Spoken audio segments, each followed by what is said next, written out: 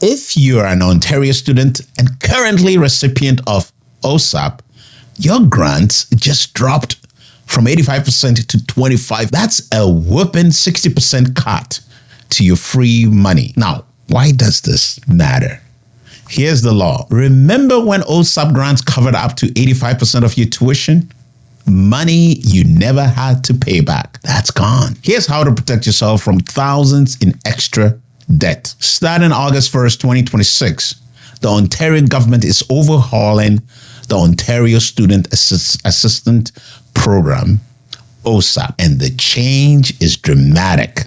Under the old system, eligible students receive up to 85% of their provincial funding as non-repayable grants and as little as 50% as loans. Under the new system, grants are capped at a maximum of 25%. The remaining 75% or more will be a repayable loan. So today we are going to break down exactly what this means for Ontario students and parents alike, and how you can protect yourself from a mountain of post-graduation debt. Let's start with the numbers, because this is where the reality hits. The old model, 2025 to 2026 and earlier, eligible students could receive up to 85% of their provincial OSAP funding as grants. As little as 15% was provided as a repayable loan. This meant most of your aid money was free money. The new model, fall 2026 onward, grants are now capped at a maximum of 25% of your provincial funding. At least 75% of your provincial funding will be loan that must be repaid. Students at private career colleges will no longer receive any provincial grants.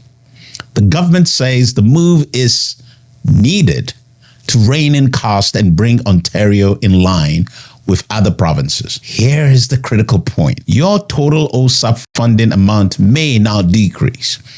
The overall dollar amount you receive could stay relatively steady, but you will have to pay back a significantly larger portion of it after graduation. As one student financial advisor warned, the changes will shift the Ontario portion of funding from 90% grants to a cap of 25%, with the rest becoming loans.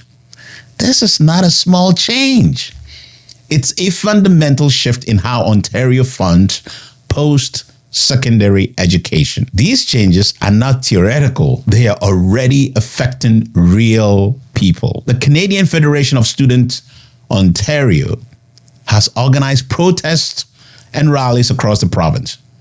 One protest organizer put it bluntly: the last thing students need is for the cost of education to rise. The organization warned that knowing they will have to pay higher loans to the end of their education may discourage students from even applying to university or any post-education. And the impact is not evenly distributed. Immigrant and refugee students are disproportionately affected. Refugees and recent immigrants are more likely to live in poverty. In 2020, the poverty rate among those who had arrived in Canada since 2020, 16.1%, nearly 2.5 times the rate of those born in Canada. One Egyptian dentist who moved to Canada with his family in 2024 has already had to give up his dream to work in his field because he can't afford the additional debt. The opposition has been fierce. Ontario NDP leader Marit Stiles called the changes a lifetime debt sentence for the next generation. She has brought motions to reverse the cuts and eliminate interest on provincial student loans. And there's a tuition freeze ending too. Ontario recently lifted its 7-year tuition freeze. Schools can now raise fees by 2 per year for the next 3 years.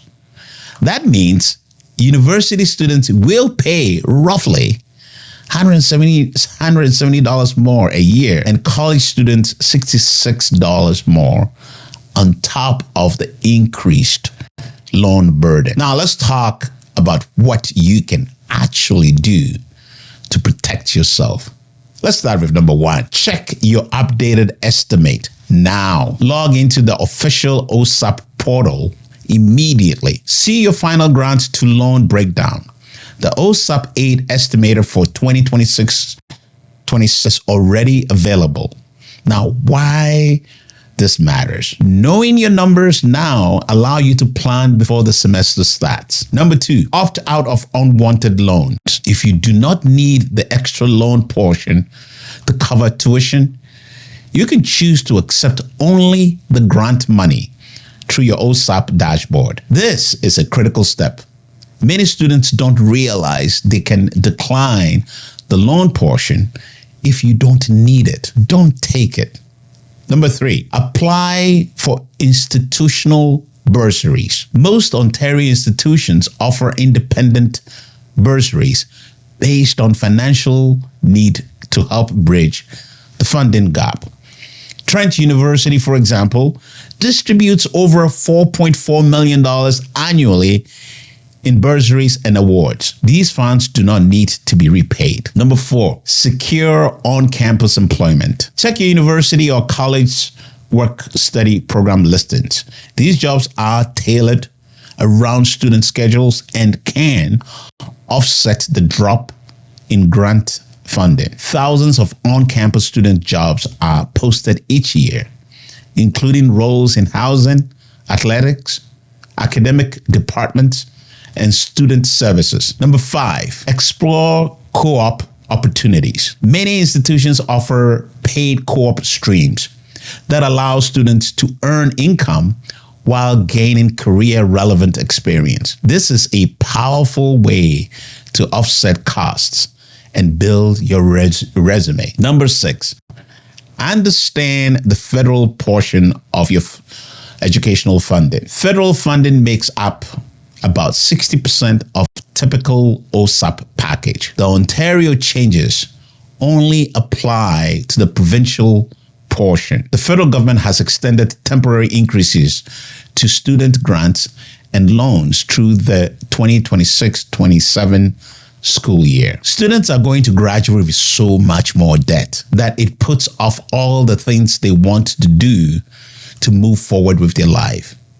Whether that is buying a car, buying a house, moving across the country to get started in a new career. Number three, explore RESP options. If you have an RESP, review your contributions and withdrawal strategy. Every dollar saved is a dollar that doesn't need to be borrowed. Number four, encourage work, study, and co-op programs.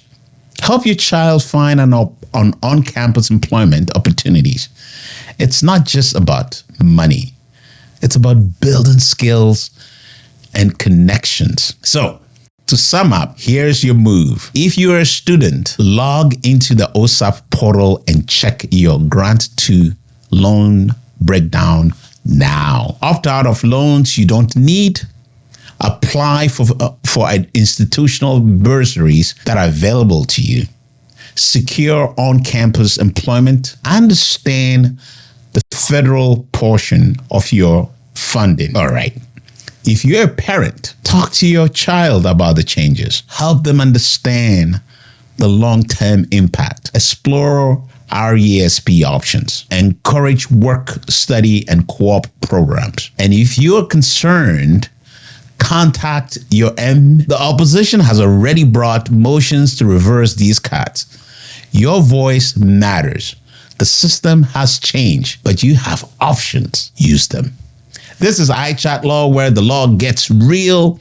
If you found this helpful, like, subscribe, and turn on your post notifications. Now you know.